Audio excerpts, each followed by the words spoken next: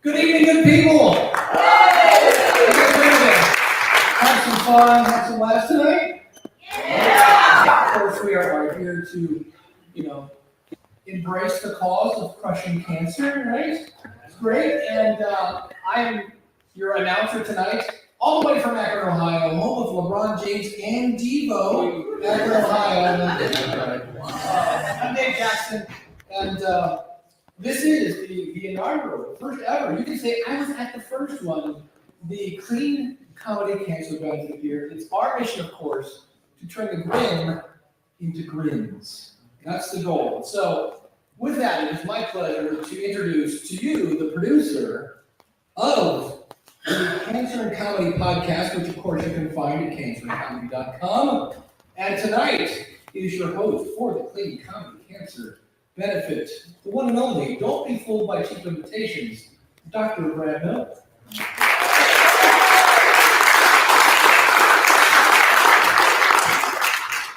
Thank you, Dave. Appreciate everybody being here tonight at Clean Comedy Cancer Benefit. And we're just going to be really enjoying ourselves and having a great time.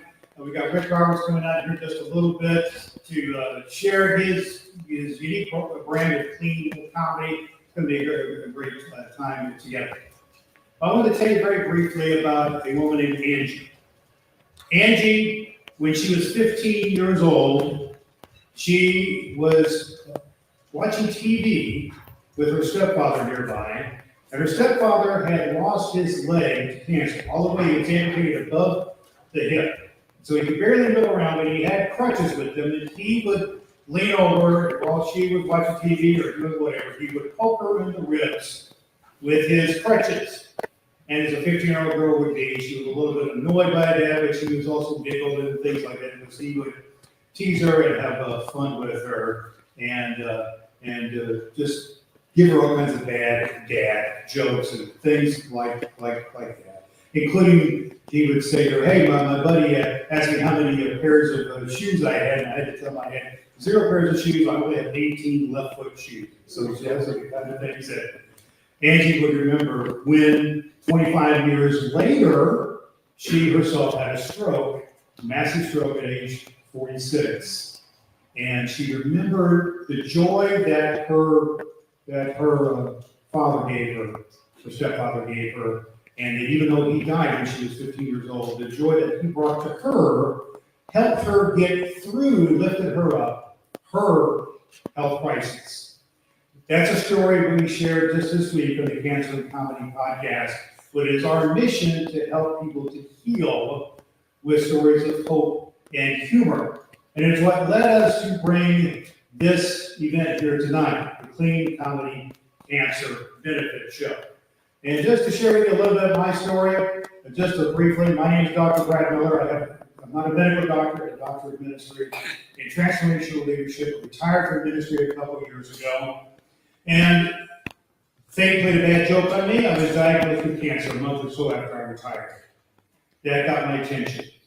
And so I decided, I've been podcasting for some time, and I decided to start a podcast called Cancer and Comedy.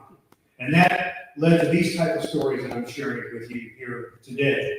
And it led to have the opportunity to interact with comedians or other people who have similar stories. In fact, Rick Roberts, who's been with us, has his own story of overcoming cancer. And that led to some ideas came to light, and we knew we wanted to do a fundraising effort to fight against cancer. So that's why we're here tonight, to have some fun together, but also to battle cancer. Now here's the question for you, everybody. Who here in one way or another, either yourself, a family member, or someone you know, a coworker, has been impacted by cancer? Anybody? That is literally, as far as I can see, the entire house. Everybody here has been impacted by cancer. And everybody knows, if you hear that word, it's a devastating thing to happen to you. And what we're doing here is to do something about it, because the Bible has to do with what the Bible says, that a cheerful heart is good medicine. That's what we're doing here today. So that's a little bit about my story. Let me go through the video here. And our goal is to raise awareness and funds for cancer research. So we do that through creating partnerships. One is the partnership that we have as a podcast with this church, for instance, Heaven and Earth Church. And so there's our podcast, and we also partner with the Stand Up to Cancer folks. That's the charity that we are supporting here tonight. In fact, just recently it was in the news that Alex Trebek's Pancreatic Cancer Foundation has teamed up with Stand Up to Cancer. And this is an incredible charity that we are an official fundraising partner of. So when you give your gifts here tonight, our proceeds go to Stand Up to Cancer. And the website is there, and it's on your program, so you can find out more details about that. And our goal is to raise $1,000 for Stand Up to Cancer. And this is an ongoing effort, not just tonight, but it's other things we'll be doing throughout the year to raise that money and raise awareness for cancer. So here are some of the partners that we have, and I want you to be aware about those people who partnered with us in this effort. We've got the School of Podcasting, which Dave, you just met, is a part of that organization. Wish TV Channel 8 has been good to us. We've been in their programs this week. Rick Roberts partnered with us, and Casey Pizza provided some of our pizza here tonight. And Heaven and Earth Church, this church which has allowed us to be here tonight, is one of our key partners in this process. They provided great volunteers and great space for us to meet. And I'd like for you to welcome the staff member from Heaven and Earth Church, actually, Alden Owens. If you'll come forward and just say a word about the mission and ministries.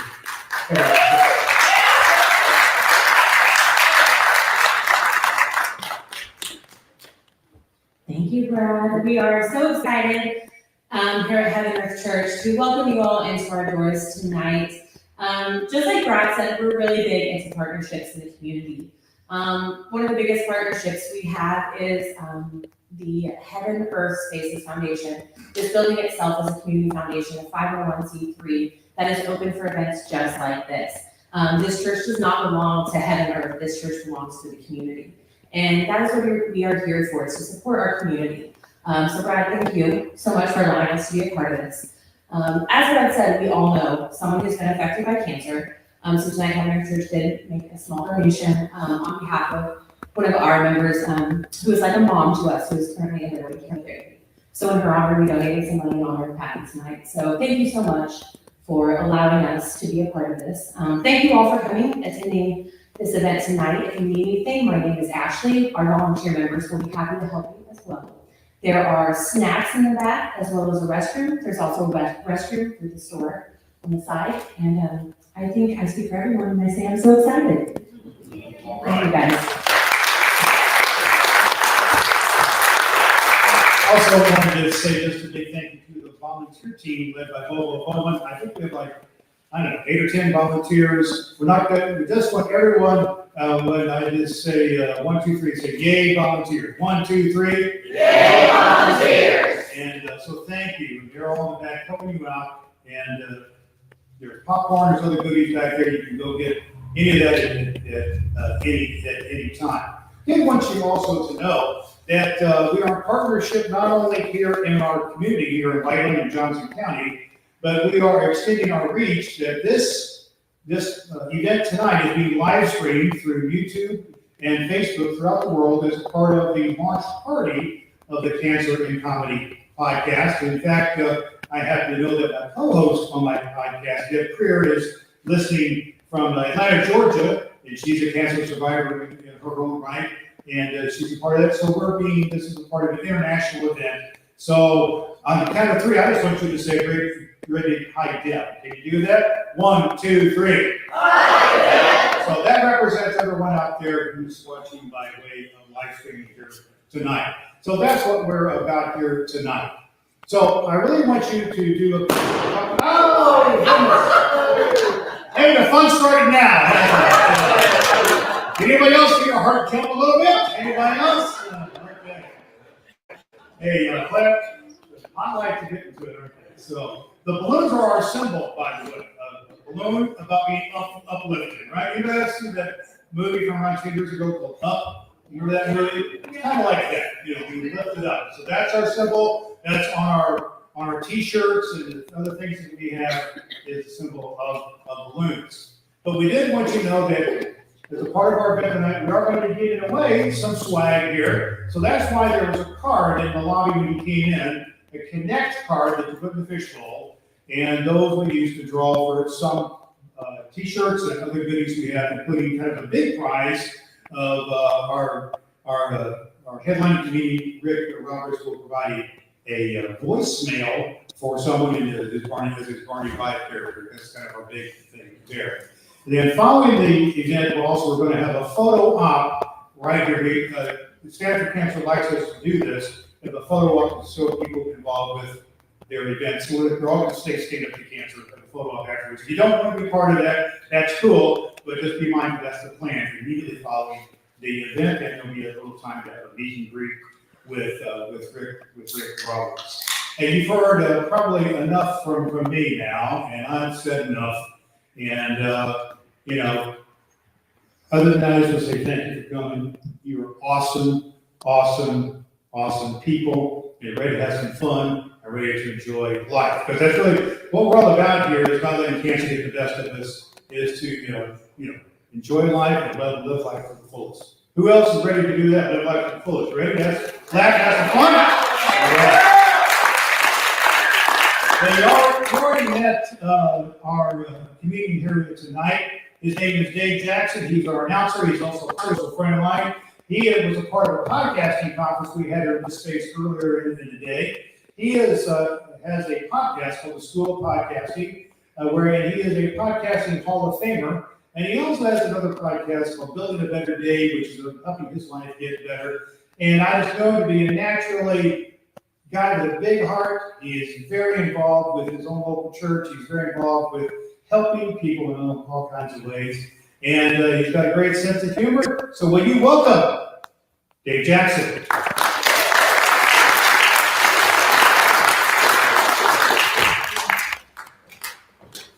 Oh, thank you, Brad. I was laughing because he says comedian. I'm really more of a storyteller, but let's not split hairs. But the fun thing is, anybody here getting old? I'm getting old. Anybody else? Good. All right, we'll relate to this. I went to my 40-year high school reunion, which is always fun. But they always like to start off things fun as well by reading the names of everyone who's died right before dinner. That's always fun. So I'm sitting at dinner and I'm like, hey, congratulations on not making the list. Okay, great. But it got me to thinking, I have survived a lot. And I mean, it's hard to even think this now. He said with his notes in his hand, right? We can't leave our phone anywhere. I grew up with one phone. It was on the wall. Do you guys remember this? And it had this like weird beehive of a cable that if you pulled it, you could almost get to the bathroom, but not quite. It had one ringtone, only one ringtone. Hard to believe. We called it the phone. And then this is even weirder. I thought about this the other day. First of all, it was weird. My family was sitting down around, dinner time, right? We're eating supper, and the phone would ring. And my brother, my sister, and I, it was like a WWE match, where just to answer the phone, to me, you can't get anybody to answer the phone, and we're like body slamming each other. I got it! Oh, come on, never mind, okay. So that, we survived with one phone. Have you been to a playground lately? There's nothing to play on. There's no merry-go-rounds, right? Because those were just kind of a weird vomit comet kind of thing going on. And then teeter-totters, those are the best, right? Just put your little sister on it, like, just sit there and no more teeter-totter, all right? Or the favorites, right? You guys remember, it'd be like out in the sun, no shade whatsoever. You're climbing up the slide, burning your hands on the hot thing as you get to the top, and then you go to slide down this thing, it's just, you're just ripping off layers of skin and being sauteed as you go down the slide. And yet we survived. Does anybody here, we always talk about cassette tapes, and then we talk about CDs. And everybody forgets the one beforehand. Does anybody remember what was there? 8-tracks. And I always want to know, who said, that's great, keep it. Because you'd be rocking out to like your dad's Neil Diamond, right? He's like, everywhere around the world, they come into America, right? And then all of a sudden the music will just start to fade out. And you're like, hey, what happened? And then, today! I missed the whole song! Like, what? And I always want to go, who said, yeah, that's good. Nobody will notice, honest. And then when you think about audio, I always want to know who went, yeah, okay. You guys remember the fax machine? Right, first it's gotta dial 9 first, sorry, 9. And then it's like, and I was just like, who said, oh, that's great, perfect. Whoever came up with that, keep it. Like, not like a fun chime or a, doesn't work, never took it. And then I survived. My grandpa had this beautiful backyard. And he had this awesome horseshoe pit. Or as we called it, ow, you broke my ankle pit. Right? And the children, finally something the children weren't allowed to do. So what did we get? Do you guys remember these? We got lawn darts. Let's take a 3-inch metal spike, put some plastic, wings on it, and just throw it at each other. I was like, hey, Uncle Jim, let's go play lawn darts. He's like, no, it's all right. I already played today. All right, he's already got one in the foot. It's no good. And I was thinking, especially now with technology, right? We have DoorDash now, because like we're not fat enough, we can't get off the couch. We have to have our food brought to us now. And I was so happy to hear you guys used to have Chi-Chi's. The restaurant, remember the Mexican restaurant? They were great until they, accidentally poisoned somebody. Right, that's always kind of a bummer for your restaurant. But do you guys remember the birthday celebration? They don't do these at restaurants anymore. Because it was like on cue, right? Because all you had to say was like, hey, it's Marge's birthday. And like they would come jumping out of the kitchen and they're like, where do these people come from? They're like, and then they had this weird like call and response and be like, hey, it's your birthday. And then it'd be like guys in the back going, birthday! Fill it up with joy! Joy! We're glad you're here with us. Oh boy, oh boy, oh boy. Well, when I was 17, out with my friends doing what stupid 17-year-old boys do, one of our favorite things to do was, let's say Chi-Chi's closed at like 11. We would go in about 10:40, right? And we'd sit down and we're like, can we get you guys something to drink? And we'd be like, I'll take a Coke. Oh, and by the way, it's Mike's birthday again. So you always got the happy Chi-Chi people at lunch, but now it's like 20 minutes to close, so they come barreling out of the kitchen now. Hey everybody, it's Mike's birthday. Hey, it's your birthday. Shoot me in the head. Kill me. I should have gone to college. I wish I was dead. All right, thank you. Good night. All right. So, that's all I got. Before I leave, I do want to do one thing. And that is, in Houston, I was at a podcast conference, and they were giving out awards. And one of them was for Best Comedy Podcast. And I was rooting for Brad because he's one of my students. And lo and behold, he won. the Cancer County podcast is the best comedy podcast. So thank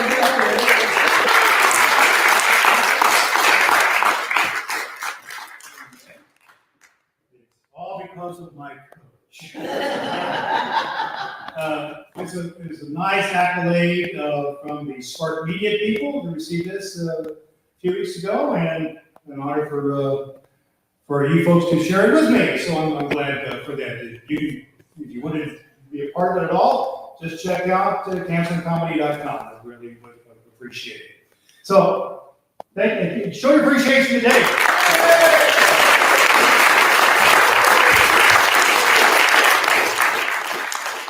Doing this here.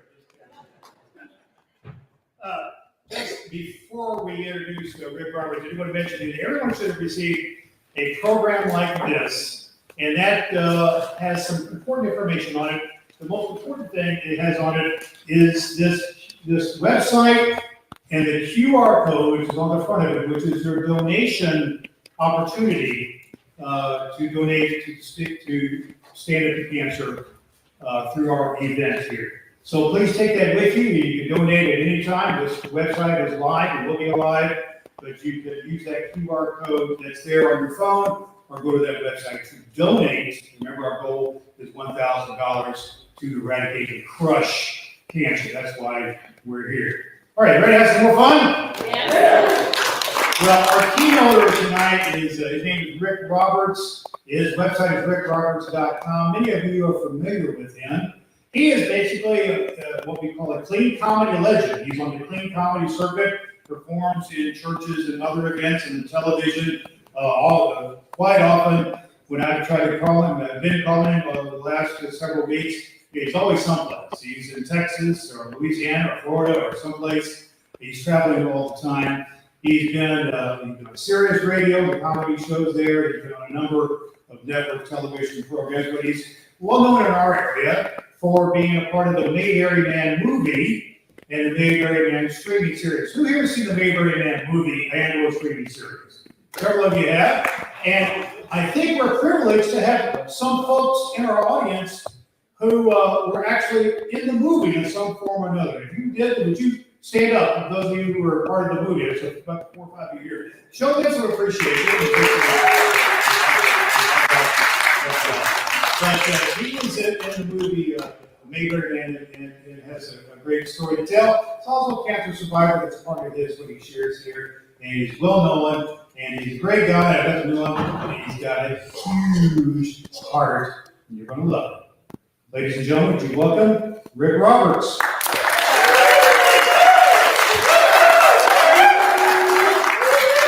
Keep on for Brad, for Dave Jackson, for everybody here, for everybody watching as we're streaming the podcast. Hello, man, keep it good.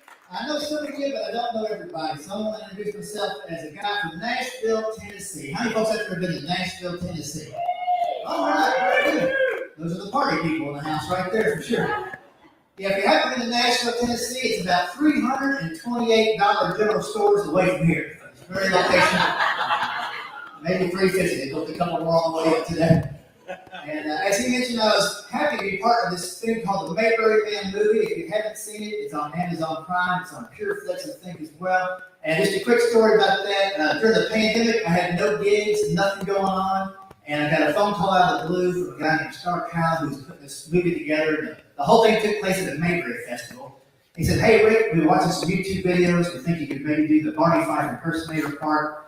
What's your schedule look like?" I'm like, "I've got about 700 days clear right now. Go ahead. I don't care if I need to push a broom. I'm going to get at his house."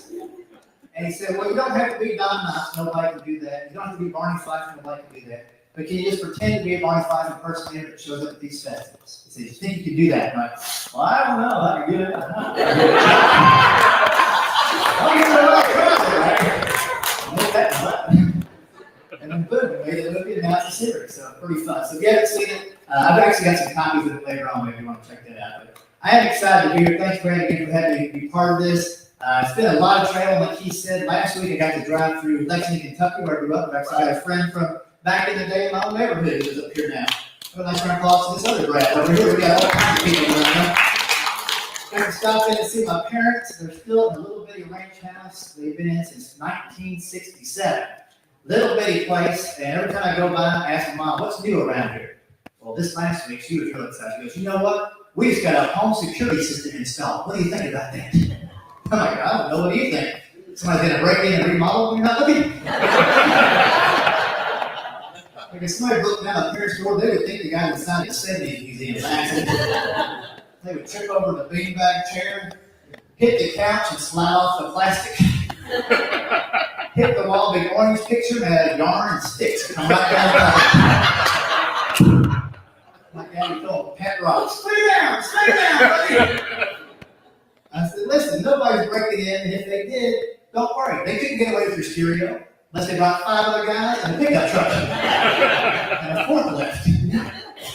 Y'all heard that big old stereo growing up? 6 foot wide, high five. Looked like wood made out of plastic and heavier than concrete. And whether you had green or red or gold, velour speakers 3 feet apart. I said, somebody breaks in the house, just hide in the little compartment and wait for them to go away. Pop out with Oak Ridge Boys, they take Idiot, boom, up, This house is protected by Alabama. I know, I should make for that stereo. It's going to be mine one day. It will be. My parents, God love them, they're going through downsizing right now. How many folks have been through that? Well, that's a very misleading term, isn't it? Sounds very pleasant. I'm going to downsize. Well, they're just giving me the stuff in their house, trying to put it in my house. Those junk people hold on to who needs a Winn-Dixie coupon from 1974. You know? They got everything. My mom gave me an old computer she found in the attic. A Commodore 64. Oh, yeah. Y'all know what I'm talking about? My older brother got that in 8th grade, and within weeks, he learned how to reprogram some of that stuff. He started writing code with no classes. That's amazing to me. My parents' first time on a computer was last Christmas. Yeah. They didn't want to get all in one. We're like, fine, that's fine. We don't want to be IT support from 3 hours away. That's okay. But they wanted one so they could FaceTime or Zoom and see their grandkids more often. You know, they don't drive as much as they used to. My dad's got cataracts, my mom can't hear. They're in the car together. It's like, Mr. Magoo driving this Daisy, pretty much. You know? The only thing they can agree on is that the lady in the GPS got it wrong. You know? That's my parents. So they said, can you get us a laptop with the camera on? We said, no problem. I got 2 other brothers. We pitched in, got the whole setup. A couple of days later, I'm back in Nashville. My dad called me up on a landline. He said, Richard, I'm about to fire off an email. Keep an eye for it. I will, sir. Just so you know, you don't have to call people right before you fire off an email. Text me later. I'm about to smoke to you just to make sure. Maybe 2. It's windy. So I figured he was just wanting to make sure I got his first email. Because we didn't really set him up with email or anything. But sure enough, I open my inbox. There's an email, but it's not coming from my dad. It's asking me if I would like to follow him on Twitter. This ain't good for nobody right here. I can't believe he figured out how to get to Twitter. I'm impressed. He's only been on the typewriter. Now he's on the computer and he's online. He's got Twitter. So I clicked the link thinking maybe he just set it up. Not only had he set it up, in 2 days, he put out 164 tweets. In all capital letters. No punctuation. And 0 followers. Can't hurt nobody. He just clicked in the breeze. But as you can imagine, I know what your parents are like. They're like, my dad might be crazy. 164 tweets in 14 hours. Maybe he fell asleep on the space bar. Maybe it's what happened towards the end. That was my hope. Well, I started scrolling down through it and trying to piece it all together. And like I say, it's all caps, no punch. I'm like, what? And when I realized it's not 164 individual tweets. It's one big story that took him 2 days to type in the computer. It goes on, and there's an 8-hour break. He's right back at it. Come on, get the story. It gets even worse. The whole story was about birds because my dad thought Twitter was a bird watching, updating website. That's what you want. I'm lucky I found this place. But if you're on Twitter, I'm trying to get him more followers. He's only got 2 in almost a whole year. It's me and the Audubon Society right now. He's at Nuthatcher 401-261-853, which is also his social security number.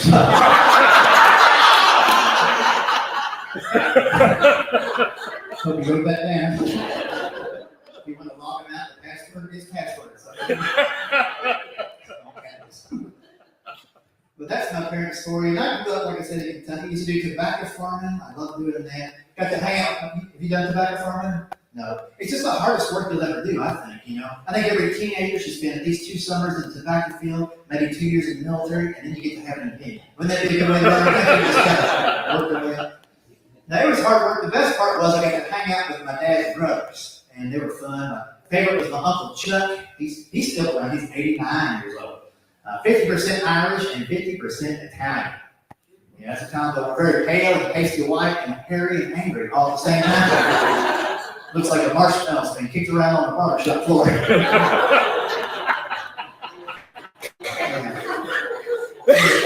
Some of you ladies are sitting right next to this guy right now. Not the guy you want to take to the beach in Speedos, we found out. Tell you what, he's scared chimp away. He's got tiny eyeballs. That's my Uncle Chuck. He's tore up from the floor up, you know it. Got a glass eye, a toupee, and false teeth. I mean, when I was a kid, I was that's not an uncle, that's Mr. Potato Head. He was buying a pipe trying to stick in his ear and fall out. But he was my favorite because every holiday he would do something weird, just natural, you know, kind of funny, maybe strange. Christmas time, he'd always get you a gift that was just so weird. Like, yeah, I know it's a thought that counts, I believe that. Y'all believe that? Yeah. But some people need to think longer before they buy something. Like, you ever get something so weird you can't even rewrite it and give it away to somebody else? You got everybody a pair of microwavable slippers. Slippers you heat up in a microwave on medium for 30 seconds. Then you pop them on your feet. I mean, that's good for you. Too bad for the next guy who uses that microwave. What you put on these nachos? They got a kick. 2 steps ahead. He's my favorite guy in the family. You know, I got in-laws from Arkansas, so I mean, if you're a comedian, don't get much better than that. You don't gotta make nothing up; you just jot it down. And my wife's family is from a couple of different areas down in Arkansas, most of them, and Little Rock specifically. Anybody been down to Arkansas? Anybody make a trip that way? Yeah. You ever plan on heading back? Nah, no reason to. It's one of those things you get down and you're like, what is this place? I remember the first time I went down there, I called the guy that ran the comedy club. I said, I'm leaving Nashville tomorrow to come down. How long will it take me? He goes, well, how should I know? I've never left the state. But there could be a time difference. Check into it. Well, yeah, about 15 years altogether.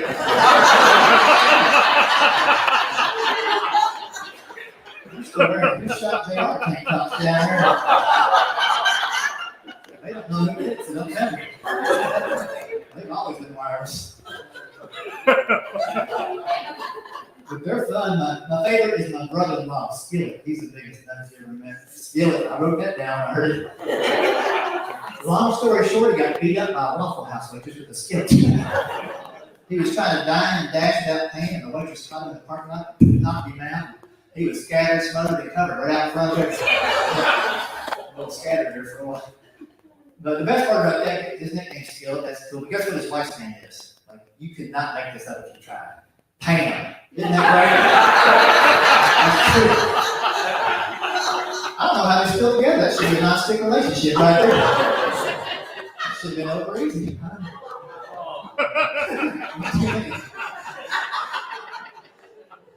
But Skillet's a good one. While I came out then, he drives a UPS van, you know, not for a job. He just got one at the auction retreat.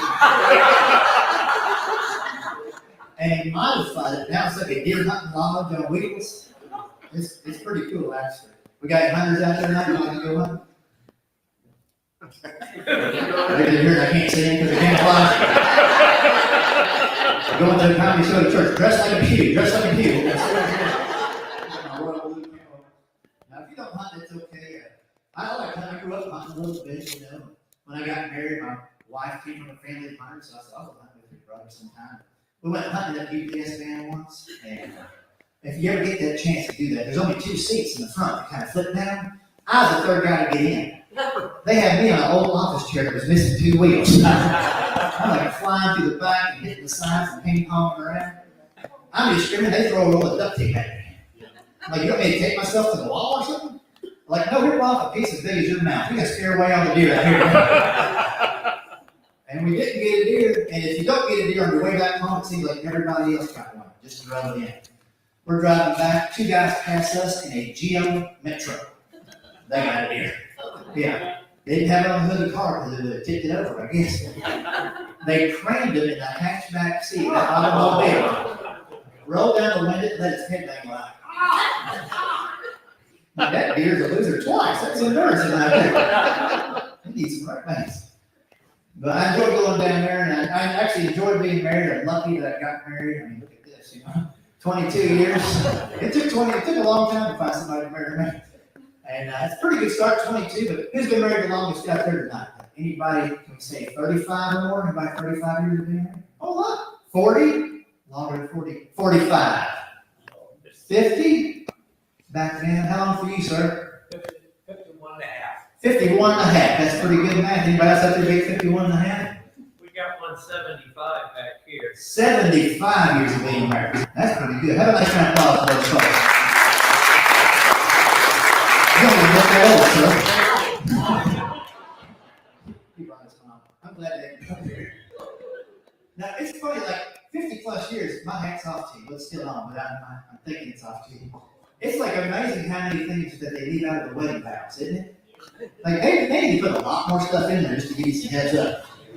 Here's one thing they can add that would help everybody out. Hey, I know you guys are cool right now, but in about 10 years, that's going to be a whole different person. Are you okay with that? Like, think how much you've changed over years and 50 plus years. My wife now is at the point where she says stuff that only makes sense to her and nobody else. I started writing down everything that didn't make sense and reading it back to her. Back in February, she said this one. She goes, I want you to communicate more, but I'm tired of hearing you talk. I wrote that one down right there. I don't think listen to them. Does that make sense to anybody in here? No. I said, what does that even mean? You just cancel yourself out? She goes, no. Sometimes we'll sit down and we'll talk for maybe a whole hour, but we get up and we haven't said nothing at all. Like, it's how we're still married after 22 years. It's what we're not saying that keeps us together. She goes, sometimes I think you would like me to be able to read your mind. Oh, no. You just slashed my tires yesterday. She goes, well, I can look at you right now. I can tell you're thinking about saying something, but you don't know whether you should or not. I'm like, that's all day, every day. Okay. She goes, well, what do you think? And she was right. I was sitting on the couch. We're watching one of them Hallmark movies. Fellas, you ever have to watch a Hallmark movie with your lady? Oh, there's a couple of hours you'll never get back in your life right there. Well, it was February. We're watching this Valentine. You may have seen this one. And if you haven't seen it, I don't want to spoil how it ends. Or anything like that. It's a big surprise, you know. But the one we're watching is this lady's like 39 years old and hadn't been on a date in 10 to 15 years. But out of the blue, she gets a text from a boy she knew back in high school. She lost track of him. After high school, he graduated and moved up to Canada to study hypothermia prevention and some nonsense like that. But all of a sudden, she gets a text and it says, hey, I'm coming back home to visit my mom around Valentine's Day. Would you like to go out? She's like, yes. And then she goes, who is this? It's been about 20 years since the date's too anxious. And he explains the whole thing to her and says right away. She goes, this sounds great. Let's go on a coffee date in the afternoon. He said, I'll do it. He said, I'll text you when I land next week. So sure enough, he flies down from Edmonton, Alberta, Canada, and lands in Kansas City. And right as he lands, there's a big ice storm. Y'all seen this one? Covers up the road everywhere. He gets the Chevy Malibu rental car and he starts sliding all over the interstate. Gets off on the country roads and almost runs off the road twice. Gets up to this old crickety bridge, you know, and he gets halfway across and that bridge starts creaking a little bit and shaking and the wind's blowing and boom, commercial for like 45 minutes. You gotta wait, and then he comes back and he's still shaking and he backs off that bridge and texts her again. I'm stuck on the other side of the bridge, I can't make it, sorry. Well, lucky for him, she runs a tow truck company on the side. She ain't afraid of nothing. So she said, I'll get you through that bridge in just a minute. And she gets that bridge, starts pulling him across that bridge, and all of a sudden that bridge just gives out. And that car gets swept away in the icy water, and he drowns and dies. I mean, that is sad, ain't it? It's kind of ironic, because he did study hypothermia prevention in Canada for 20 years. I don't know if that's the way it did. I thought they couldn't open the credits, but that's the way I envisioned it going. Anyway, we were sitting on the couch, sort of watching that movie. And my wife said, what are you really thinking? And I said, well, here's what I'm thinking, honey. You're right. I'm thinking right now hard. What am I going to get you for Valentine's Day? After 22 years, I'm out of ideas. 51 and a half years, I don't know how you surprise each other with gifts. Do you have a secret, sir? No. No? Just, did you get the same thing every year, or just nothing at all? Yeah. You forget. So it's a surprise for both of you. That's what it's a gift card. Whose is it? That's one way to keep it fresh. Well, here's the thing. I was telling my wife, I don't know what to get you. She goes, well, I didn't know it stressed you out to buy me presents. So you don't have to buy me presents for Valentine's Day. I said, well, I'm going to get you one anyway. You know that trick right there. Right? She goes, well, how about this? Instead of exchanging gifts for Valentine's Day, we'll exchange ideas to each other instead. I'm like, what kind of ideas? She said, I'm going to write down a couple of things you're not doing right around the house. You can do that. And you write down a couple about me. That's like a track drawing escalator. I'm like, let me get this straight. We're going to take other stuff we're not doing right around the house, and that's a nice romantic Valentine's Day. She goes, well, if we fix those 6 or 7 things, well, she's got a list of it already. I'm down 6 nothing even playing. I'm going to show up to the game with no uniform, that's the way I feel. But I knew she had 6 on me. If she wants to do this, it might be fine, because I don't have to go shopping or spend any money. It will cost me nothing. Then I realized this could cost me the house. But I knew she had 6, so I'm like, I gotta find 6 on her, maybe 7, so I can beat her at this game. I was watching her and realized she doesn't do anything wrong. She does weird stuff, right? If you're married to somebody or live with somebody, like, people do weird stuff, if you know. Like my wife does one thing, she'll pretend things just didn't happen if I catch her doing something sneaky, you know. Like the other day I made a cup of coffee, it was a little bit hot, so I put it on the counter. Went out to talk to my neighbor, get the mail. When I came back in, she was finishing off my cup of coffee and putting the mug in the dishwasher. No biggie, but I'm like, did you just drink my cup of coffee? She's like, maybe I did, maybe you didn't. I'm like, it's just you and me here right now. I ain't drinking it, I hope. But she does that all the time, so I was trying to figure out a way that day to get her back in, you know. So that afternoon, I saw her folding all the towels. She got out of the dryer and washcloths and hand towels and whatnot. And she puts them in a basket. And my job is to take them and put them around the house where they're supposed to go. So she leaves the basket there by the steps. And about 20, 30 minutes later, she's not looking. I take all them towels and throw them back in the dryer. I'm lucky I'm still breathing, aren't you? And we're fine. I threw them in the dryer, threw some quarters in there to make some noise, and crank that sucker back up. Made me a cup of coffee and sit down and just waited. Sure enough, about 20 more minutes later, she walks by. She's like, what? Opens it on her. I finally folded all them towels. Like, maybe you did, maybe you didn't.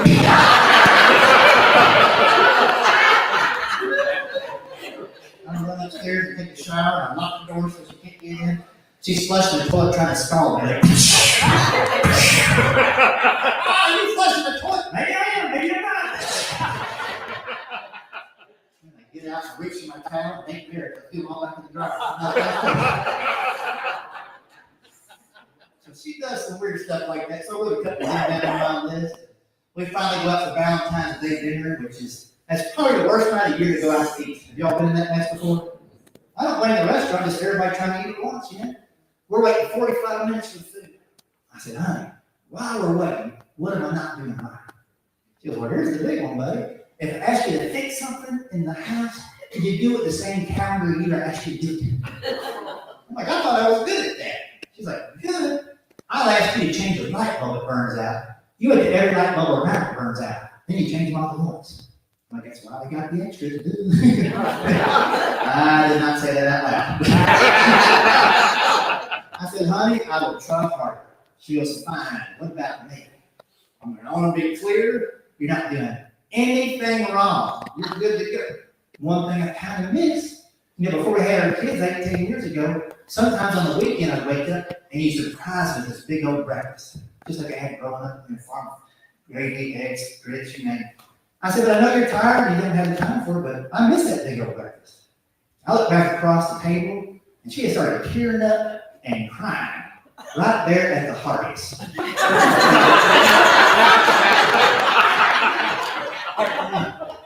Trying to go somewhere nice. And so she's sobbing, I'm like, don't make a scene, And then she goes, I didn't know you liked my breakfast. I quit making it because I thought I was making it wrong. I'm like, how do you make breakfast wrong? Like, when you burn bacon, that's the way I like it. Keep it up, So she goes, maybe one day I'll make you breakfast again. I'm like, hey, well, maybe one day I'll change the light bulb again. You know how it goes, right?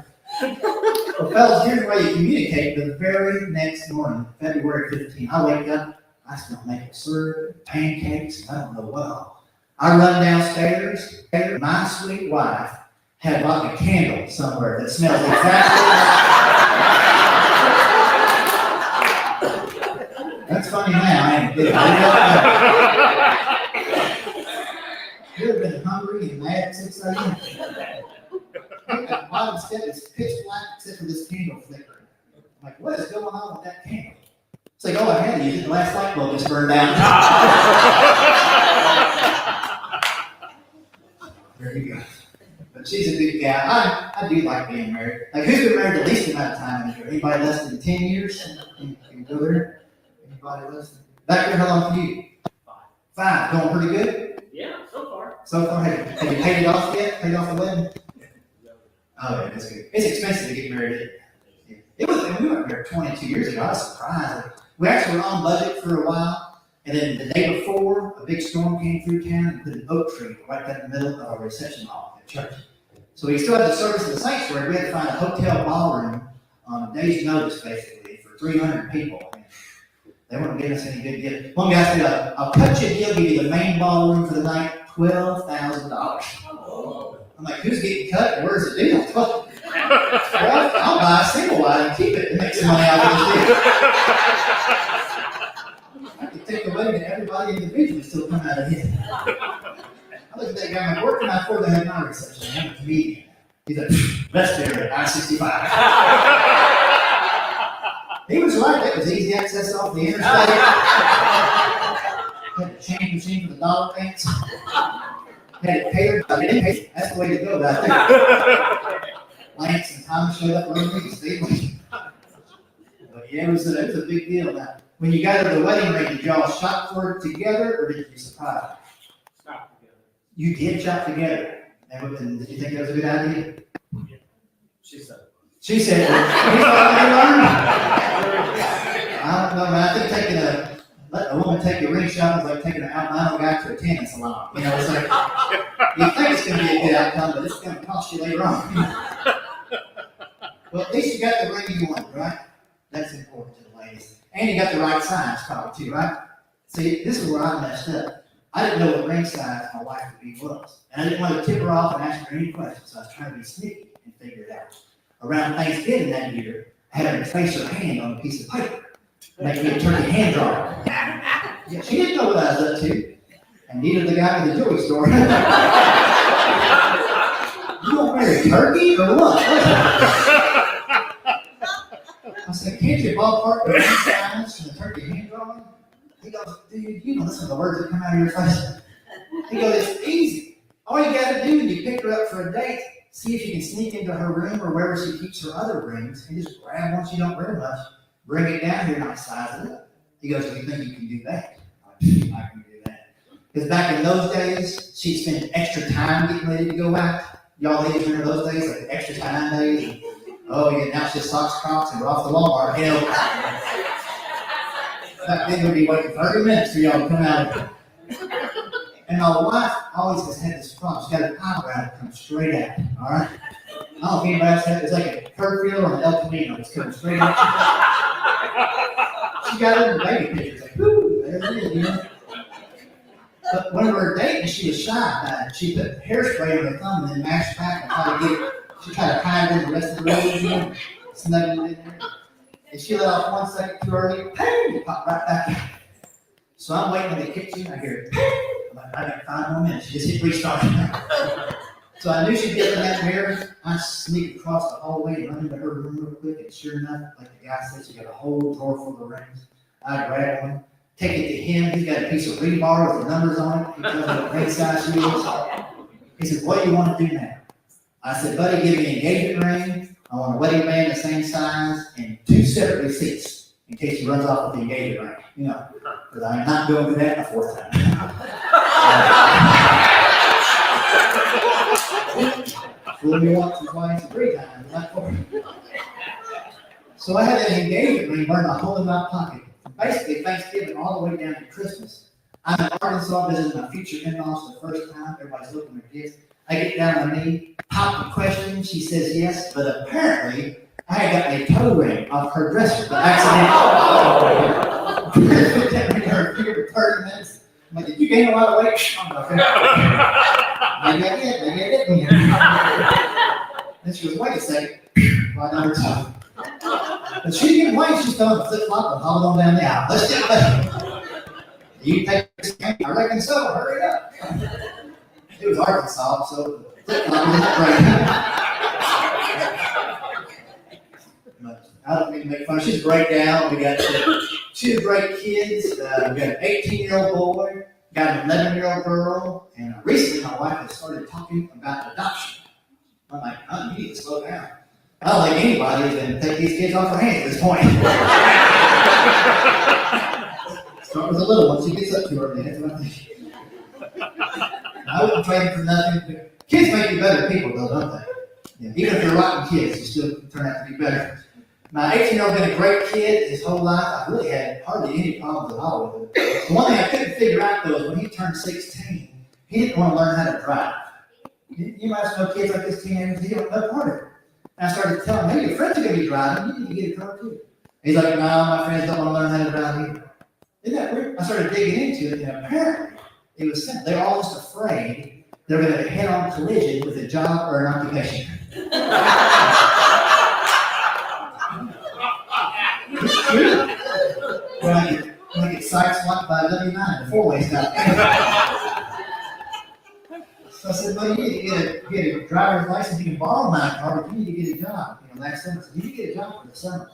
He goes, I don't know what to do. I'm like, listen, it's not that hard. If nothing else, go to McDonald's. They're always hiring. And my son looks right back at me and goes, Pop, I keep working at McDonald's. I'm like, why not? He goes, the Bible clearly says, do not work for the food that spoils, but instead work for the food that nourishes eternally. I'm like, well, that's good stuff there, buddy. I'm glad you read that verse, but I've seen the documentaries on that McDonald's food. It does not spoil. We're going to get you a good job for a big eternity. He's a good kid. My daughter is a good kid, but she's too honest. Like, you might say something like that in the family. Like, they say things that are true, but they don't need to say them at all. Like, they just keep them to themselves. Like the other day, my girl turned 11 years old. She wanted to go to IHOP for her birthday party. I said, oh, I'll go to IHOP. So she orders pancakes. She goes, hey, I never tried their tater tots before. I'm trying to get those. I said, try something new? Well, about 20 minutes later, the waitress drops off the food, and she comes back around the second time. She noticed my daughter hadn't eaten the tater tots yet. She goes, honey, you want something else besides them tater tots? They don't taste right to you? And my daughter goes right over. She goes, they kind of smell like Mama's mustache wax. That's not what I need to hear when I'm trying to pound back some hash browns myself. And the whole rest of the time, I'm staring at my wife's lip. Like, does she have a mustache going on now? Mustache wax is killing me because I can't see a nary a hair up there.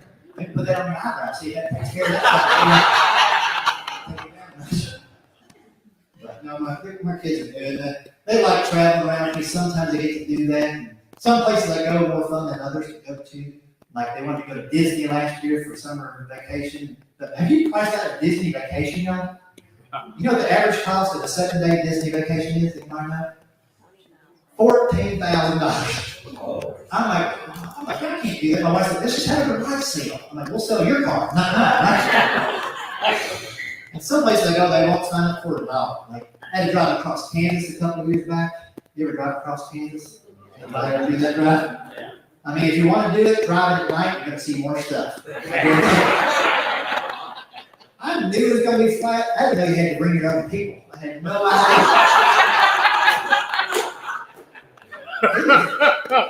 I mean, I'm barely exaggerating. I mean, the people there are nice if you can find one. They're super nice. But what I didn't know is it's so flat, the highway patrol has to be extra sneaky because they don't have anything to hide behind. There's no trees or hills or curves or anything. So what they drive is Mustangs or Trans Am or Camaros, completely unmarked. You have no idea. Well, I didn't know. I'm in the right lane. Guy goes flying by me in a Trans Am. I'll keep up with that guy. He's probably got a radar detector. Yeah, he had a radar and I did not detect it apparently. So I started trying to catch up to him. And I mean, trying. At the time, I still had a 1996 3 out of 4 cylinder Isuzu pickup truck with a camper top on it. That's a woman getter right there. Ain't it? Not the kind of woman you want to get, but she find on in there. You know what that means. But this guy I was trying to catch up to him. And I mean, it took me a half an hour in that 3-cylinder Isuzu. Then he started slowing down. Like, must be a speed trap. I'm going to slow down too. Then he speeds up again. I'm like, game on, let's do it, buddy. You know? And then he started hitting his brakes and he's kicking up gravel. I'm like, this guy has fallen asleep behind the wheel. I should try to get his attention and see if he's okay. Yeah. You ever been so stupid you pull the cops over? Anybody else? There is some paperwork involved. I don't know how to pull anybody over. I'm not sure. I just go down the window, stick my head out. I'm like, woo! I must have swallowed 13 skeeters when he pulls over. Kansas has big old skeeters. They could have stood on their tippy toes and pistol whipped the chicken. You know the ones when you hit your windshield, looks like you eat mashed potatoes and gravy all day? Got the West Nile hanging off. But the guy pulled over. So I pull over and I wait for him to get out. I still don't know who he is. But he doesn't get out of his car. I think maybe he had a heart attack. This guy jumped out of my truck, charged his vehicle, just started pounding on his window. Meanwhile, he'd been loading his revolver on the other side. Then he cracks the window and I see he's a state trooper. I got zero game plan. But I start thinking, hey, he was swerving and kicking up gravel. I should try to arrest him for reckless driving before he gets free for speed. Like, I don't know how to arrest anybody. All I was watching the Andy Griffith show my whole life. I just walk up there like, hey! Would you mind rolling down the window? You want to get out of the vehicle there, buddy? Alright, big one too, aren't you? Want to know why I pulled you over? I'm an idiot. I thought I was going to prison right there. He's like, you're so weird, I'll drop you off wherever you want to go. I wish. Now, he was mad. He was confused. He put me in handcuffs and threw me in the backseat of his little Trans Am. I'm scared to death. I really haven't done much wrong besides speeding, but he makes me feel like closes that door and locks me in. He gets out and gets on the shoulder radio. He's like, somebody understood that. 5 minutes later, 6 more po-po. I haven't seen 6 people all week. Now we got a party going on. And they're talking to him, and I can tell he's getting mad, and that's not good for me. He gets back to the Trans Am and slams the door. He's like, first off, the fellas want to know who pulled over who. I said, man, I apologize. But the way you were swerving around, I thought you'd fallen asleep or something. You don't swerve? You think I was swerve? I was trying to get behind you to pull you over for speeding, but you wouldn't let me. I'm like, well, you didn't turn on your lights or your sirens. How was I supposed to know who you were? He goes, well, you got me there, buddy. They went out on me yesterday. I'm like, well, I'll let you go if you let me go.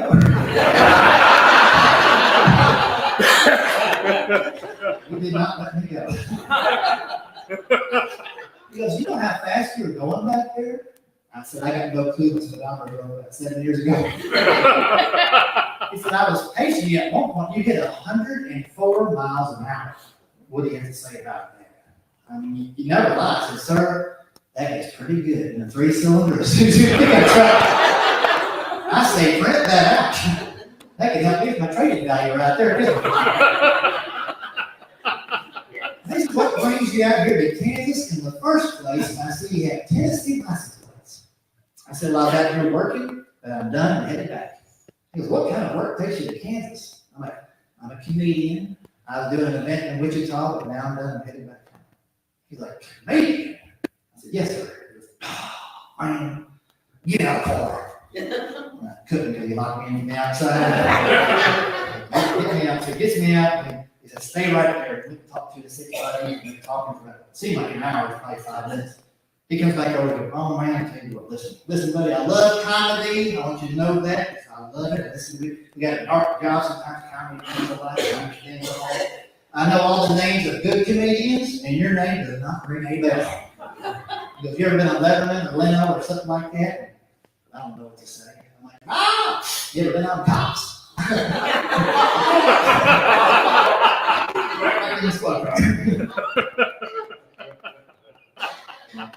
Kansas isn't all bad. I don't think Kansas sound bad. They got good barbecue there. You might get Kansas barbecue. That's what they're real proud of out there, you know. I used to eat a lot of that stuff when I traveled, but I got to cut back on it now. I found out I got the high cholesterol. Anybody got the high cholesterol out there? You got high cholesterol? You got it? Who thinks it's a scam? Anybody think it's a scam? I think it is too. I do too. Here's why I think it's a scam. My grandma lived to be 99 years old. She used the same bacon grease she kept in a Folgers can underneath the kitchen sink for 50 years. That's the cure to everything. Old lard, it's hardened, canned, underneath the kitchens. We go to her house on Saturday, she'd scoop it out with a metal ice cream scoop, heat it up in the skillet. It would start dissolving. A piece of bacon from 1975 just hanging on way down the Take it with you, buddy, take it with you. We don't need less lard, we need more. But yeah, my doctor told me my cholesterol number was 425. That was the highest in my county, so I got to go to regionals that weekend and everything. Had to eat butter to get the numbers up, you know. But I didn't know anything about cholesterol. He goes, well, you got to get it under 200. I said, all right, what's the plan? He goes, you need to immediately change your diet and your exercise programs. I'm like, dude, I can't do that. I don't have either program going on right now. He said, well, get on a diet and come back in like 6 weeks. We'll check it again. I said, what kind of diet? He goes, just get on one you can stick with. Yeah, Tennessee is 48th in healthcare, so that's the advice you get on a diet. I needed to be specific. I started Googling diets that I could stick with, you know. It says, what kind of food do you like? I like meat all day long. And so I got on the Atkins diet. You hear about the Atkins diet? Man, it looks great on paper. It's hard to stick with it. Supposed to eat meat 4 or 5 times a day. Then it says smoke a cigarette and take a nap. That was the Chet Atkins diet. But if you don't know him, you probably don't have high cholesterol. So that didn't work. And then I came back and said, why don't you do some exercise? I said, well, be specific right there. He goes, why don't you just ride a bicycle 3 or 4 times a week for an hour at a time? I said, I'll tell you why I'm 55. I mean, it's not that I can't ride a bike, but let's be honest. When you see a man my age on one, you don't think he's exercising. You know, that poor guy had a repo or a DUI. If you're not laughing, you're over your own bike, and that's okay. That's fine. So I didn't want to do that. And he said, we got wonderful medication you can put you on. I said, I don't think so. I've seen the commercials. I don't care what the pill is, the side effects are worse than what you start off with. You ever notice that? And they're weird. One pill you take it, the next one you wake up on the beach in a bathtub. Like, how does that work? Might be a cheap way not to fly. But. So he put me on Lipitor initially and gave me a 2-week free supply to see if it interacted with my system. All right. I had no side effects at all until the 15th day when I had to start paying for it myself.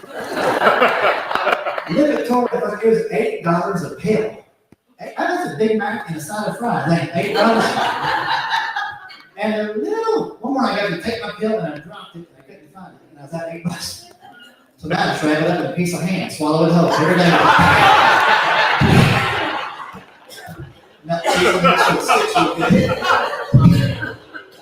You get two bigger, that's a pill and a blanket. That's not much. But it's now I gotta watch what I eat. I'm trying. I started to eat a little healthier, but I like a simple food I grew up with. Like Cracker Barrel's my favorite place. That's my go-to. Anybody else going to Cracker Barrel? Oh man, I almost died at a Cracker Barrel one time. I was sitting there and I was eating my Uncle Hershey's favorite, and I was working on my fried apples, kind of mixing them up on the biscuit, you know how that goes. And all of a sudden, the tornado alert goes off in the whole place, and the alarm goes off across the street, and I'm like, we're gonna be in a tornado. I started looking around for a safe place to hide inside Cracker Barrel. Can you pick a more unsafe building to be in during a trip? You ever look at the walls and ceilings? They got hose, pitchforks, antlers, golf tees for 5 minutes. I was slipping on cherry cobbler for a half an hour trying to get it. It's like the hillbilly matrix.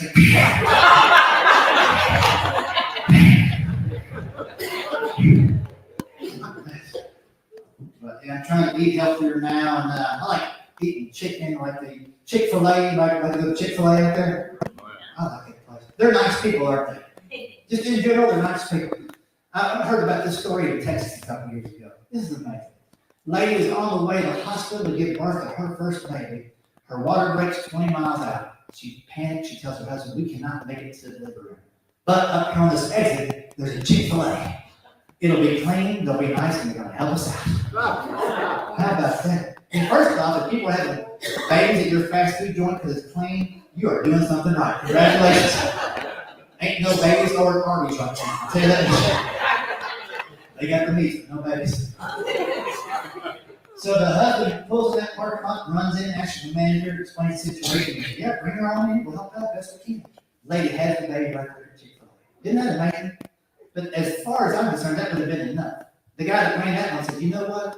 This was a blessing for us. I could have never imagined in my whole life we'd have a baby born here. Y'all can eat here for free until that baby turns 14 years old, and then we'll give that kid a job.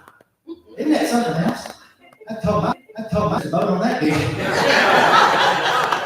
If I'd known those were the rules, we would have had our babies at Ruth's Chris Steakhouse.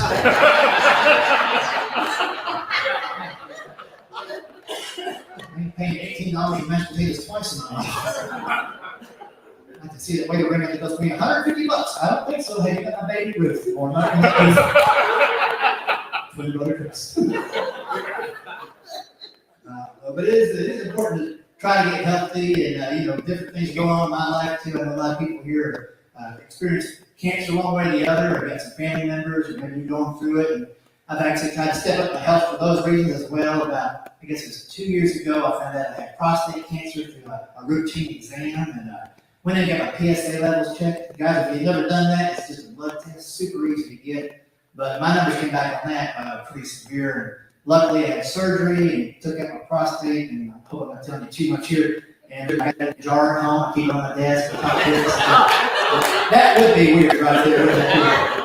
Keep the burglars out probably, but it's an important thing to go through. But I tell you what, it wasn't easy. But the thing that got me through it was just trying to laugh my way through the situations that I could laugh at. Some things obviously a little bit more serious and somber, but there's so many things. Any hospital visit is just rife with stuff that's weird. Don't y'all agree with that? Like, for the surgery that morning, we're pulling up in the parking lot, and they have a little valet service if you're getting surgery, so you pull up.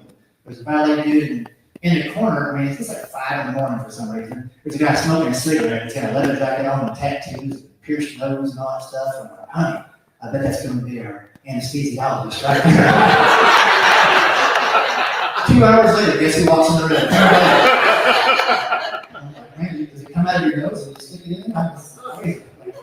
Just the weirdest stuff in the world. And I'm filling out paperwork that morning. It's the last thing you want to do, surgery morning. And there's asking a million questions. And this is my favorite. How do you identify?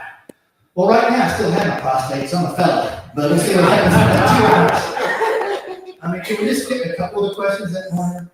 And then, of course, you have surgery, you're at home, you're recuperating, all that stuff. But my wife, as much as I had fun with her, she was just an angel of a nurse to take care of me for a couple of weeks. And you can't get to the other side of things with a little bit of humor. It does help out a lot. One reason I like this podcast, and I need to help people who are going through it to laugh a little bit and have a little bit of fun. Kind of get to the other side. Because it could be, as you say, grim time, and you want to turn it into a grin, right? So turn your grin into a grin. That's the way I try to live life all the time. And you got to find the weird things in life and make fun of a little bit, no matter what it is, health or anything else. My kids, I spend extra time with them now. It's been a good blessing from the whole experience. And it's funny, I love my kids, but some of the stuff they do I don't love. My daughter is 11, I told you that. She's a big Taylor Swift fan. That's hard. That is hard as a dad to have a daughter that likes Taylor Swift. Anybody else got one of those kids in the house? Like, I love Taylor Swift. I'm glad she's successful. Great for her. But why does she have to be so angry at every single person? Every song she writes, she just mad at somebody else. Have you noticed that? She got 16 different songs about breaking up with boyfriends. I mean, come on. After 16, the problem could be you. Shake it off. Shake it off. Why you gotta be so mean? I don't get it. That'd be tough if you're a guy and you're on a date with her, but the whole time you're thinking, what does my name rhyme with?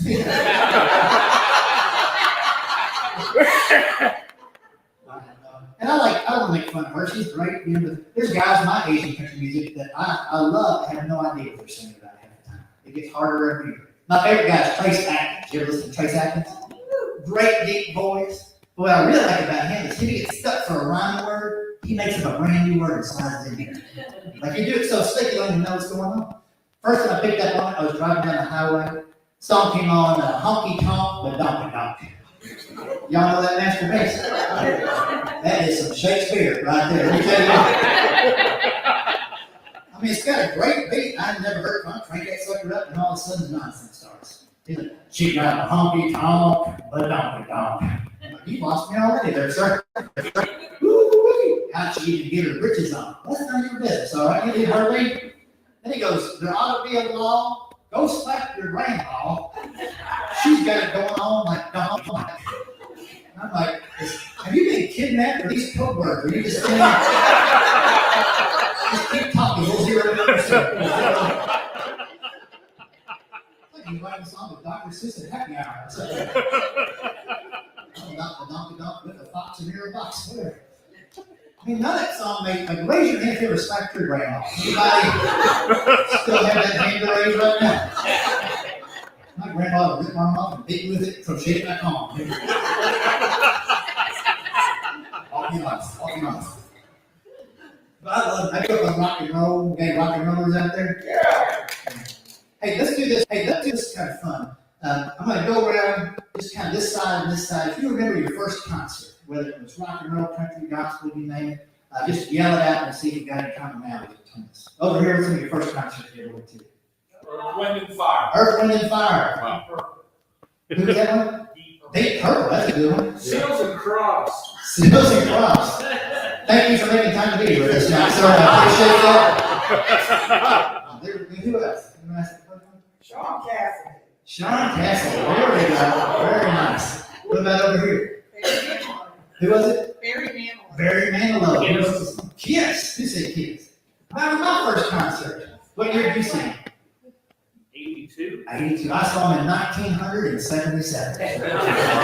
My Uncle Chuck with the glass eyeball. He took me to sing. Yeah. I saw him about 2 years ago. You know what? They need to make up this time. That's a wagon of the ugly on tour right there. Hope not responsible for Mary Kay. This is what it is. 4 guys in a pink tour bus. Yeah, I love all that music. They got some weird people in music now, don't they? Like my next door neighbor, he wants me to go see a Marilyn Manson concert with him. I'm like, no, sir, you can take the anesthesiologist, but I ain't gonna go. You ever take a long look at that picture? Like in Howard Stern and Cher get married and have a baby? It's like Alice Cooper got hit by a Peterbilt truck. There's a lot of good music out there. You know, I grew up on just about everything. Southern rock was a big favorite of mine. We got Southern rock fans out there? Yeah. Like, what are some of your favorite Southern rock fans? Marshall Tucker. Marshall Tucker, man. That was good. Who else? Who? Leonard Skinner. You can't go wrong with Leonard Skinner. Anybody else have another one they like? All Brothers Band. You can't go wrong with the Allman Brothers. Charlie Daniels, those are all good. I like all of them. Skinner is definitely one of my powerhouse replay. I had that thing and players kept hitting it over and over again. Let's do a little bit of Skinner. How about this?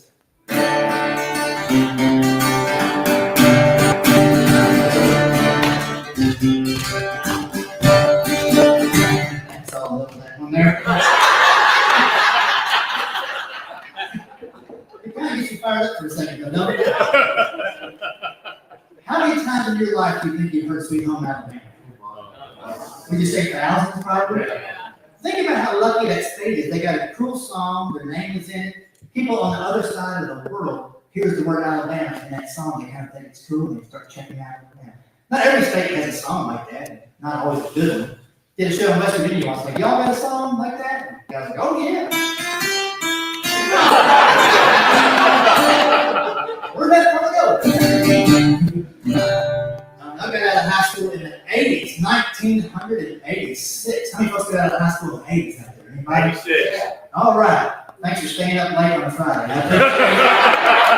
Saturday night or whatever it is. In the 80s, it was all heavy metal hair bands. You remember those guys? And there's still some of them still hanging on. I heard a commercial this past summer for Poison. It says same songs, same energy, just a different decade. Yeah. I'm like, do you think they have the same energy now they did back in the 80s?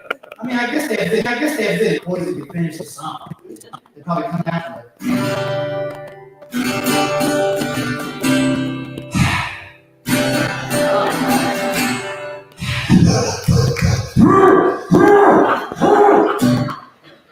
Change your name, defibrillator, halfway through the concert. But that was rock and roll in the 80s. Who got out of high school in the 1990s? You remember the 90s? Yeah. Then it kind of switched from glitzy glam, heavy metal to grungy guys, right? Like Pearl Jam.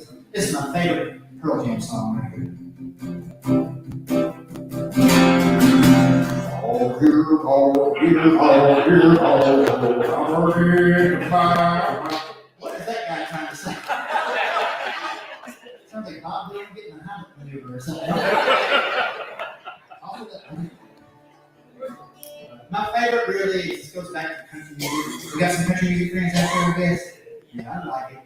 My wife likes country music, but we don't like any of the same bands. It's like she likes the newer stuff. I like the old school stuff, you know. I got a friend of mine across the street. He goes, I can't tell a good country song from a bad country song. Isn't that sad? They do a lot of great country songs. I said, man, I lived in Nashville 22 plus years. I learned this. Every good one ever written has to have one of these things somewhere.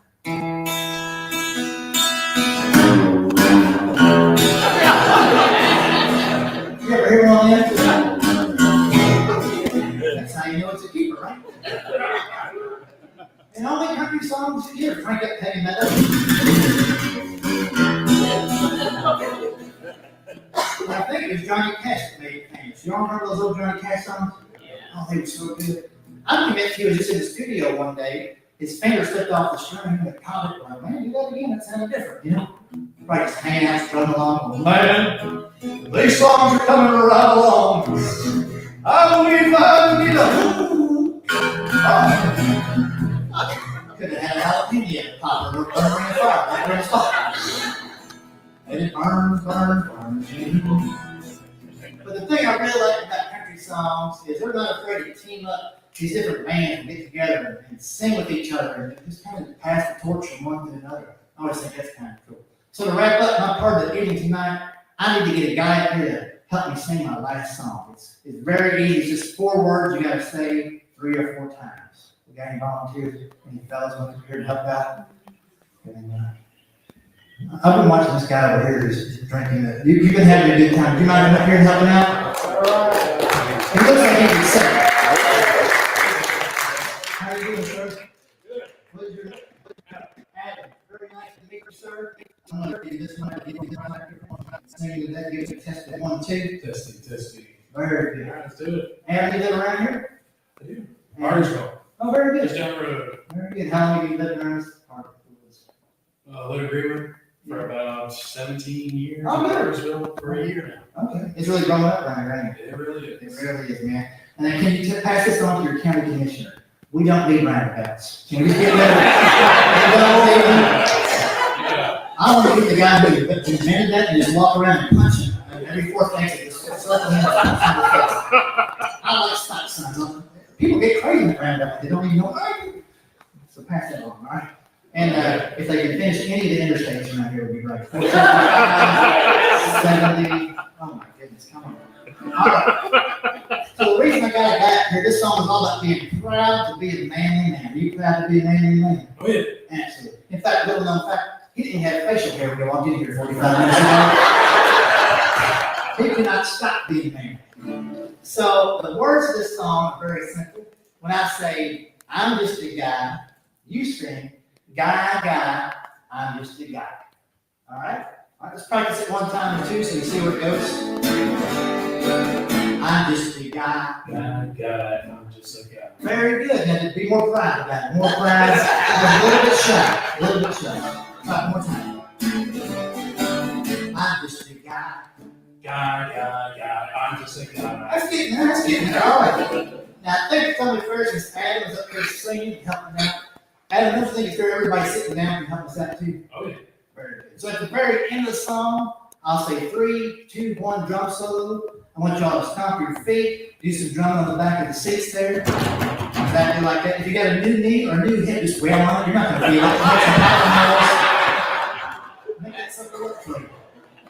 Adam, when you hear the drumming, you're done singing. Okay? But when you hear the drumming, I need you to do a little air guitar solo. Right? I'll try to keep up with it. You try to keep up with me. We'll be in good shape. Okay? All right. And we're going to practice one last time. If he nails it, I want every lady out there to scream and holler like it's in a 10-hour Sean Cassidy concert. All right? I'm just a guy. Guy, I'm just a guy.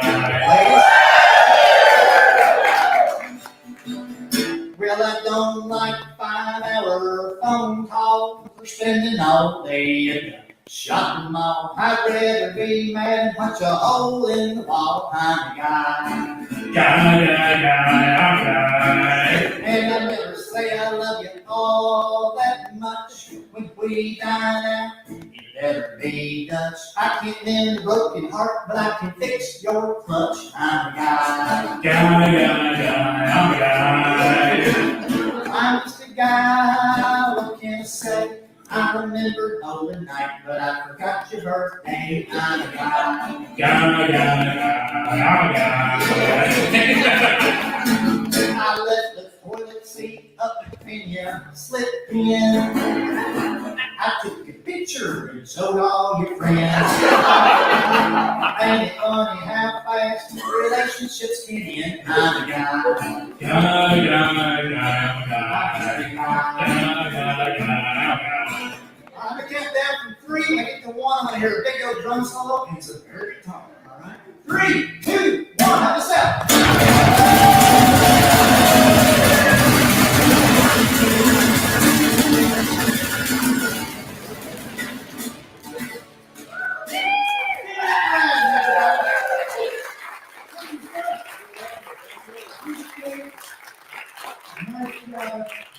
I think he broke his string. He was really going on that thing right there. Looked like a stand-up bass there for a second, then it turned into a mandolin. That's good. Well, I hope y'all had some fun tonight. I'm going to turn it back over to Brad here in just a second. I've got 2 microphones. I'm going to speak in this one. I've got some stuff that I want to give you. All right, I've got some CDs. I've got some jokes. Some tonight, some you haven't heard before. I will not take money for them because nobody has a CD player anymore. So this will be helping me.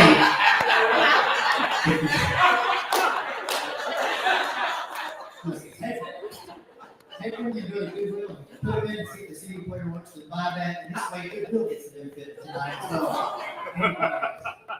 I do have some copies of that Mayberry menu we were talking about. I'm not a sales guy, but if you want one, whatever you put in there to proceed, that's what those kids run. Those kids come tonight. No, we're not $1,000 for the first seeds of $1,000. I'm sure to pay for this. Whatever you want to get, we'll throw it in there.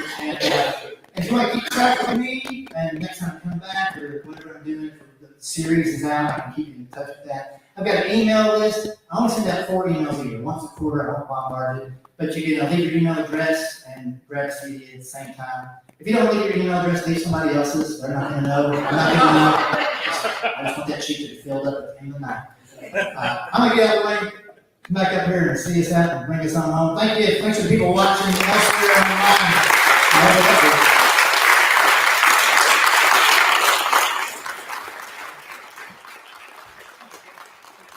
Rick Roberts, what do you say?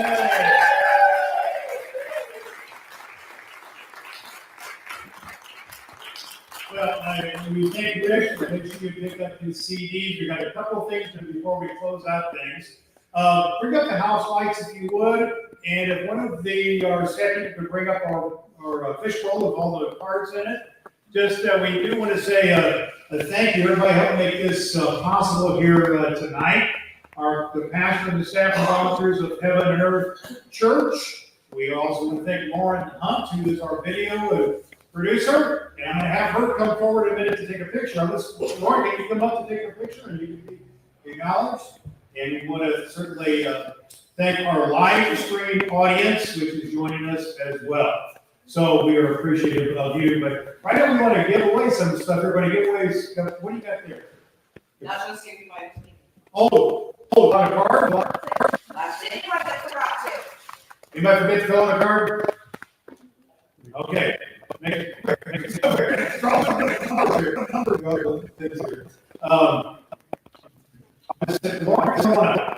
do the picture first. What we want to do for the Stand Up for Cancer people and for ourselves is, first of all, say a big thank you to Lauren. She's putting together all the video and audio.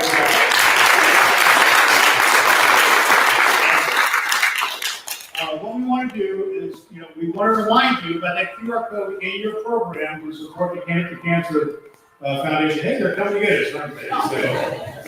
So, don't forget to support Stand Up for Cancer. That's an ongoing fund drive. We're going to raise $1,000 for that. We'd also like to show the Stand Up for Cancer folks and for our own record that you're here. So I'm going to ask Lauren to take a little video, and then when I say the count of 3, I just really want you to say, stand up as you're able, and just say loud, we stand up to cancer. Let's just say stand up to cancer.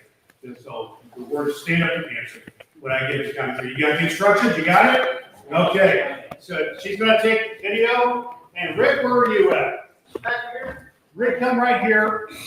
Wait, let's show the stuff. Yeah, right here. And Dave, come up here too.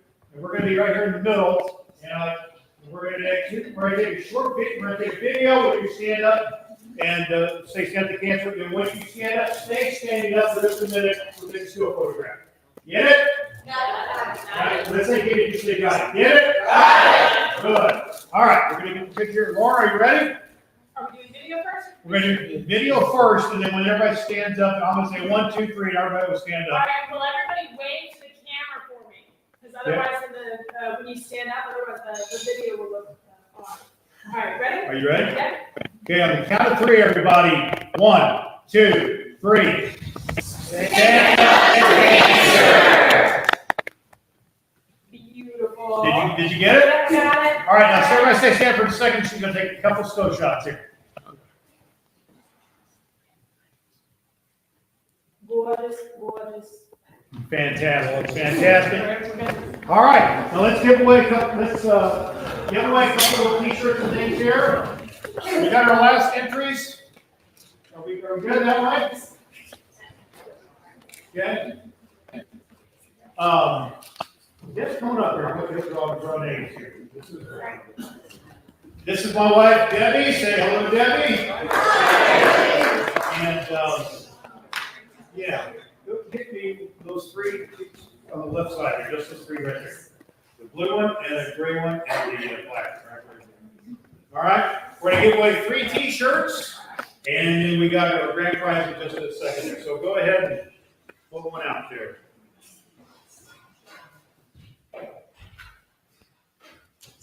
Really show my glasses. Dan Barry.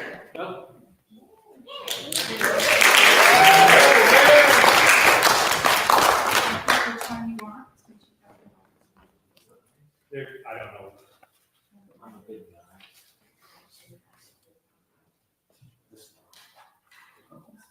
This one's. All right, pull out another one there.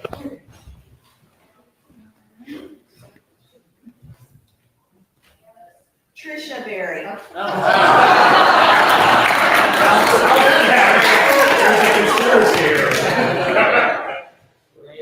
one you want? Blue or gray?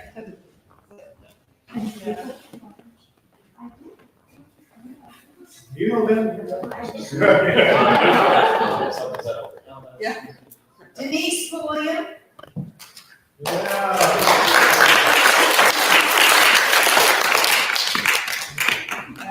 You're welcome. All right, then our grand prize, as it were, is this is for Rick has agreed to do a voicemail for your voice for your phone or whatever, in his Don Knotts Barney Fife character. And so that's what this one is. So make sure after we're done here, Rick's going to stick around a little bit for a little meet and greet, that type of thing. Pictures and that kind of thing. You're welcome to do that. And any other next steps I just want to mention to you are please check out, not only the Standards of Cancer, which is through your code, which is through the cancerandcomedy.com/donate is the website, or on the QR code on the sure sheet. If you'd like to follow our podcast, which is all about healing with hope and humor, it's cancerandcomedy.com/follow. So let's get our grand prizes.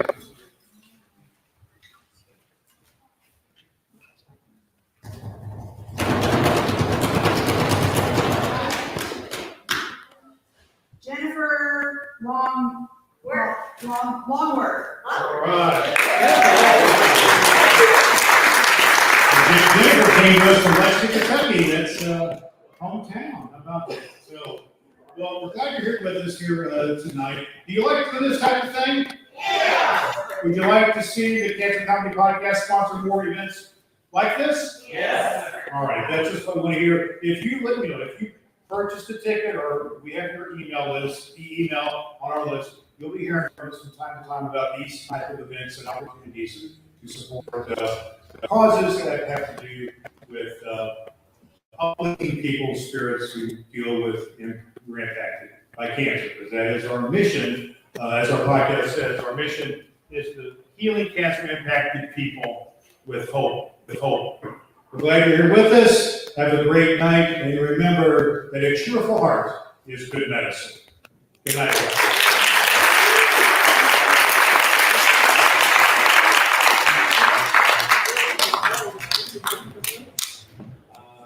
Well done, sir.